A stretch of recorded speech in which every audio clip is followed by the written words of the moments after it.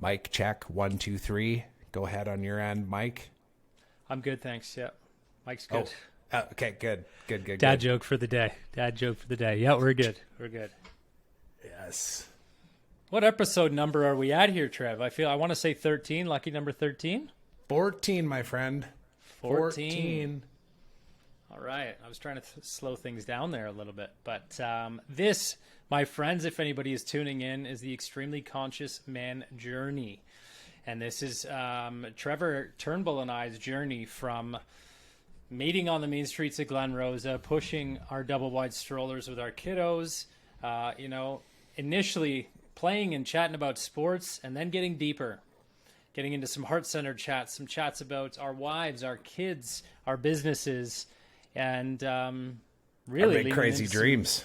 Some inner work and some big crazy dreams. And how out of that we co-created a men's retreat, some other great conversations with men over a 6-week period or something like that, to creating an inner circle, a guided co-creation with other men. And now retreat number 2 coming up in T-minus 25 days. Wow. So really we're at current reality. And present day. This is real. This is present folks. day. This is live. Yes. We're talking about the reality of now, not the and future. Listen, I'm going to start this off because I'm going to share truth about present day. And I'm going to share that, when you are someone who speaks publicly a lot, and we put our messages out there generally to inspire, I want to tell you there's some days you don't feel like showing up. And today was that day, and I think I can speak for both of us because we have a lot on the go. But I also want to say to that those are the days, we really do have to show up and we have to speak what's truly going on, because those are the days that everybody and other people relate to. They don't just relate to the sunshine and the roses and all the great things that have been born from this journey. But the fact is, the journey when you're dreaming big is challenging. It's painful. It's not like this at all by any stretch. And, that's what people need to understand, because truthfully, the people you're in it with are important. And also, we need to be able to dig deep and love those times as well, and look for the lessons and realize within it all, as painful and as frustrating as it can be, there is beauty there. There is. We just have to open our eyes to see it. This is the game, man. You actually just sparked a memory for me too. I saw a story on Instagram the other day. This guy said that he went to his psychologist and said, I want to level things out. Like, I have extreme highs and I have extreme lows. I just want it to be in the middle. And the psychologist looked at him and said, you realize that what that middle is actually a flat line. It's the thing that you don't want, because that means that this game's over. Yeah. So it's just a matter of getting comfortable in the flows of up and down. And I would even go as far to say too, of flattening that line a little bit too, so that it's not so extreme on either side. Knowing full well that every experience that we go through in life is going to have those feelings of like, oh my God, the world's collapsing, everything's falling apart. And then other moments where you think, I'm on top of the world and unstoppable, and, people love me and all these things. But just being able to be grounded to know that we're exactly where we're supposed to be right now. Just like I titled this one, it's time to pivot slightly. We're not blowing up ships. We're just pivoting slightly. And this was not part of the plan. But I recorded a video this morning, Mike, where I was sitting in my car and I talked about the big leap, because it's been coming up so much in our inner circle, the book, The Big Leap. And I haven't even read it yet, but I can just make an assumption by doing a quick search through the Amazon listing and looking at the title and recognizing you got to start. And I think of riding a bike analogy too. It's really hard to sit on a bike when it's not moving. You're going to fall over. It's no different than surfing too. This is what I've learned being here.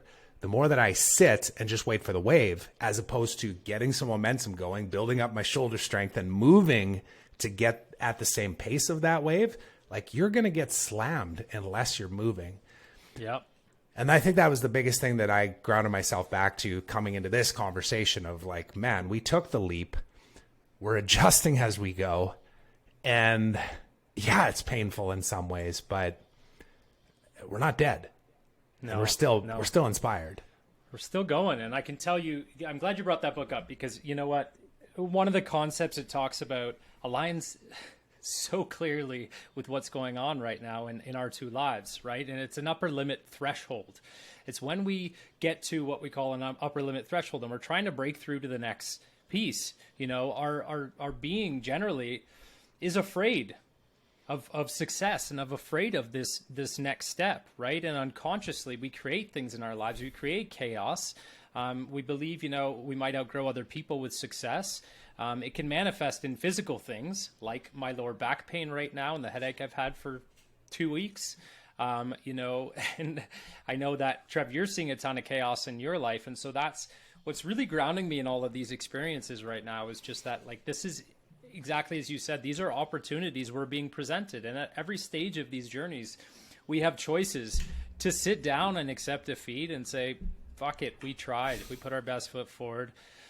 You know, we did it. We took the leap, you know, but we didn't land too gracefully. And the reality is we're not people to accept that, you know, and so we're going through a pivot right now. And, you know, these discussions started last night, which I ignored. And then we dove into them this morning when I was ready for them. Yeah, and to give everybody a little context, just so that we're not kind of talking around this topic. So when Mike and I got done the last retreat, we knew that we would do the next one here in Costa Rica. And that was almost a year ago. That was like 10 months ago. And then if you've listened to the journey along the way, you know all of the blips and the ups and downs in between and the move that I had and just all of these things that went down. But we held the vision, and the steps to get here were, we knew that we needed a place, first of all, right? And I remember I told you, well, I just go walk around, not even walk around, but drive around and book some appointments, and I'll go to these places and I'll bring you with me. We'll just hop on a Zoom call quickly. And the place that we found was amazing. It's got room for 12 guys up to 34, but a very comfortable 20 where everybody has a bed. So we actually set our target at 20. That was one of our first things. We were like, how many people do we want? 20. Let's say 20, right? But again, I think about that and like, does it need to be 20? Can it be 12? Can it be 30? Like, there's still 25 days until we get there. Like, who knows what's going to happen here? I'm detached from all of these expectations, but you do have to set some goals along the way and shoot for a target, and then know that you need to pivot along the way. So as of right now, we've had a lot of things go down. We've had a handful of people that have booked flights, that have confirmed, that have sent money in, that are in, like they're ready, they're fired up. They're engaging on our content. They're telling the world about the fact that they're coming down here. And then just in the last few days, we've had a few people that, due to life circumstances, they've had to cancel. And in fact, one of those people you and I talked to yesterday, he's in our inner circle. Mm-hmm. And I remember when we first got the message, both of us kind of felt that, like, oh man, I really want to have this person there. And it's another person that we can say, all right, we're a little closer to 20 now, right? So there was that initial kind of feeling of like, shoot, that sucks. And then we recognized what was going on. And you said it on the call the other day about, what does an extremely conscious man do? Maybe speak to that, Mike. Yeah. Well, I mean, the first, of course, I totally, that was our first reaction, right? And then it was a quick switch to how an extremely conscious man acknowledges other people in their lives, and you know, who we are here to support and who we are here to be for. And one of those people is our partners, right? And that's the instance in which this came up. And the other quick reminder that came to both of us this isn't about us, it's about them, you know, and we're here to support each other. And when we put ourselves in our brother's shoes, there's no question he has made the right decision. Mm-hmm. And, you know, we're proud of him for that. And that, you know, he truly is someone that we want in our lives, whether it's at this retreat the next, or whether it's on a phone call tomorrow. You know, we want him, and we know he's there for that. And so we're here to support him in that part of the journey. Even if it, of course, if it affects us, that's the nature of life. And this is the journey. And that's why these things happen. And just as you say, Trev, it's like we have so many other variables. We had another conversation. Yesterday was such a roller coaster for us. We had an amazing conversation in the morning with somebody else that was fired up. Said, I'm blocking my calendar. I'm coming. I'm also giving X a call to, I think they'll want to show up as well. And then I think there was a turning point after that quite quickly that, you know, it was just these ups and downs of, wow, okay, we could have 4 more people in the next 24 hours, 48 Yep. hours, you know? And then it was the reality smack of that not happening. And so just playing with us a little bit. And I think, yeah, if you don't mind, I'd love to share the story yesterday that Taylor and I, the gentleman we ran into as well yesterday. Please do, because listen, I was in the state yesterday afternoon. I was tired. I've had this back pain. I've had these headaches. My wife is away this week. I've got my kids solo. I've got all this corporate, so many things happening right now that I was just like, I'm going for a knee foil with my friend who's in the inner circle who invited me to go out on the lake. I said, I need this for clarity. I need to go. And it was very interesting. We got there, we were setting up our boards. You know, I was explaining to him, I'm in a frustrated space, not with the retreat, but some other things that are going on. And we started to have a deeper conversation, and it was quite nice. He was giving some feedback. And there had been this older man, I'd say 75, sitting on the bench over there, asking about the e-foils initially. And then, of course, while we had our conversation, he went quiet. He respected, our discussion. And then he spoke up. And he said, I just wanted to mention that when I was your guys' age, that conversation you guys just had would not have happened.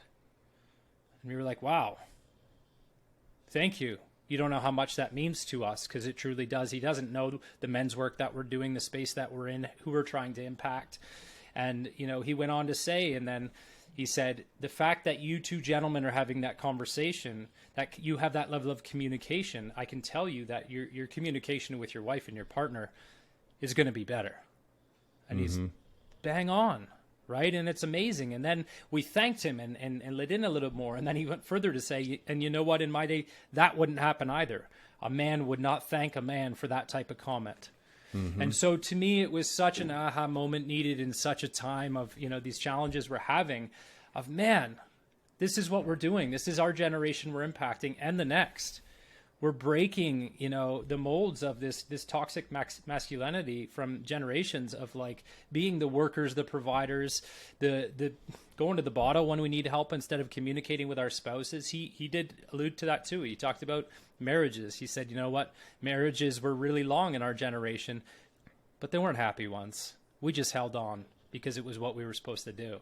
And, so there was just this beauty of all these things that arose at the exact same moment when Taylor and I decided to do that last minute, and, divine timing to bring that message to us. And so, bit of a tangent, I apologize, but it was just so special to really remind us in the perfect time of the mission that we're on and what we're doing to impact men every day, to lean into this space courageously, because, then we have a ripple effect out and we don't realize the impact. And we know, it was almost, sorry, I will stop soon, I promise, but it was almost also a piece, it reminded me of all these messages that we do put out, and how many people are watching and listening, just like that man on the bench.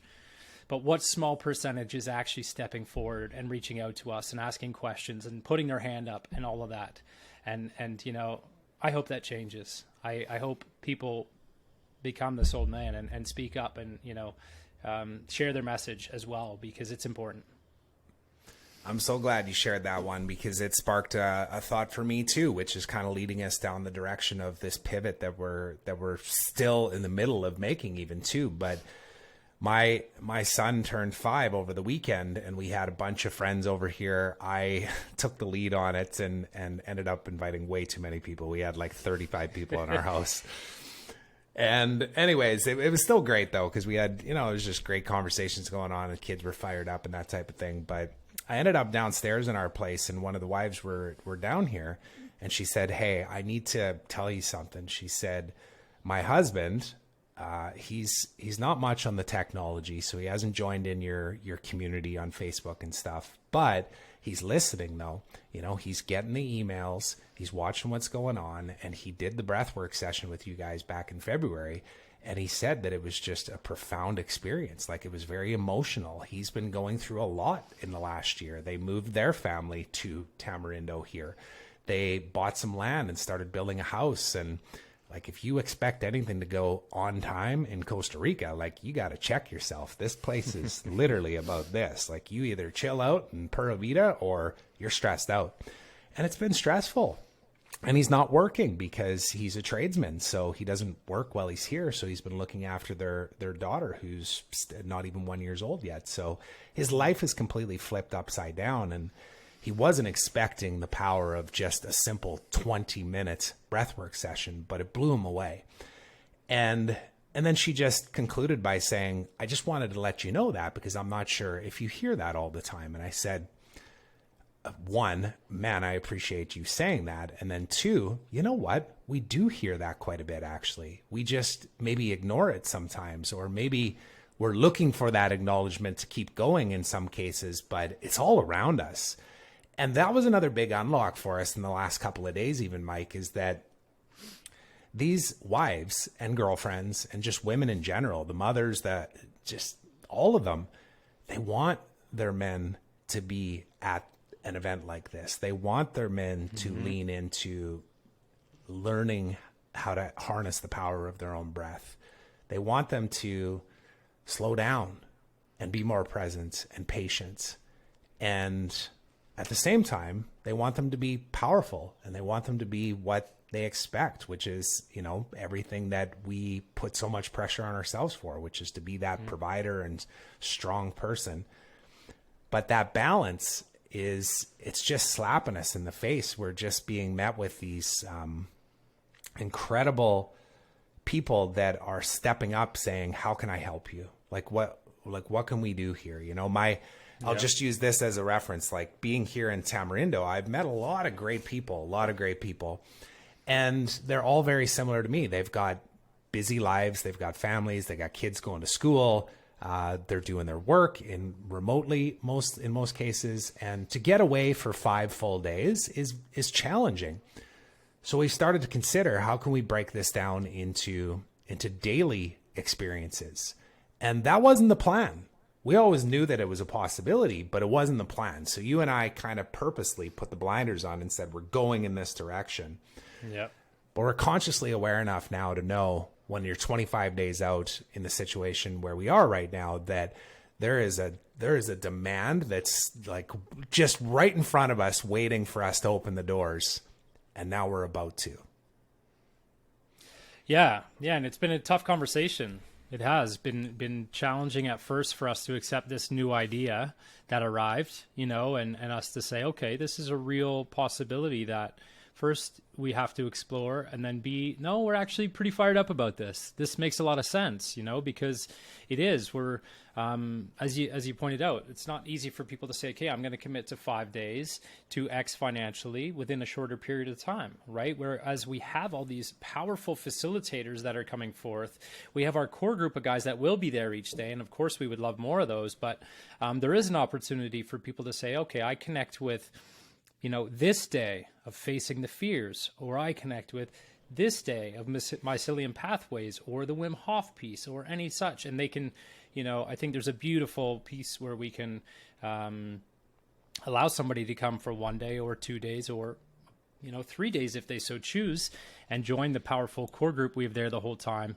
And then they're meeting other like-minded men. There's more networking happening. Really, when we look at it that way, we may not be creating as powerful impact as a whole 5 day for one individual, but there's a widespread impact happening, and locally, which is nice as well. So it's where we're at, and that's what we're pivoting on today. We're saying, okay, so do we need to change the website, our posters? Do we need to change our socials? Do we need to? And the answer is no, and we will make some tweaks in divine time here as we go through it. But we will change some of the conversations that we're having, for sure. Some of the people we're reaching out to, because we know that they have, potentially been sitting on the sidelines waiting for that invite, because the first one was, a little too large for them the first time. Yeah. And we're just very aware too that, we feel all the feelings just like you and I did. And you went out with the e-foils and felt it and just had a release talking to a good friend, and the experience that you did. And there's no accidents in any of this, but just recognizing that, this is all happening on purpose. It's a mirror of what's going on in the rest of our lives. And when we become aware of that, and we recognize how powerful we are, when we see all of the aspects of our life and think like, how is this happening? And then we're like, oh, We are responsible for everything. We are the creators of everything. This is all our fault. And not to beat ourselves down, but to just say, okay, this is where we are. This is my current reality. And like, man, what a perfectly aligned metaphor for even what we're doing in the inner circle, or what we're calling people into in the Better Man community is, like, I'll just break it down in a very simple way. Push-ups. So if you come into this community and you understand that the guys in our inner circle, for example, are committing to 100 push-ups a day, and they didn't start with that, but now they're there. If that scares you and you don't even want to start because of it, that's what we're leaning into here. You have to recognize that we all started with these great grand ideas, and then we went, oh shit, I can't do that. So now we got a choice. Don't do anything or leap. Start. And then know that you can pivot along the way. And what the push-ups look like is do them on your knees. Yeah, I know it feels, like you're not being a man, but I'm telling you, both Mike and I started with, like, I did 3 like a year and a half ago. It was embarrassing, but that was where I was. And I was willing to go, here's where I am. Okay. Nowhere to go but up from here. And it's the same with this. Like, we're going to look back on this as we continue down this journey and this movement that we're creating, and these future events and the inner circles that will exist in the future, and just go, man, you remember that time? Let's not forget to enjoy this journey, because this is what we signed up for. We didn't want ordinary and normal, did we? My biggest fear right there. So I think... So you created this. You created this then. You're welcome. You're welcome. I appreciate that. I think we can wrap on that. That is a good part to wrap, because, that's the real truth where we're at today, guys. And we wanted to make sure that we shared that as authentically as we could, because there's a lot of challenges in our lives, and they will always arise. And we either rise to them, or we don't. And we all have choices every single day to make, regardless of the scenarios and situations that we're in. But that being said, this retreat is real. It's 25 days away. It's in beautiful Costa Rica. You'll have these 2 fine gentlemen there.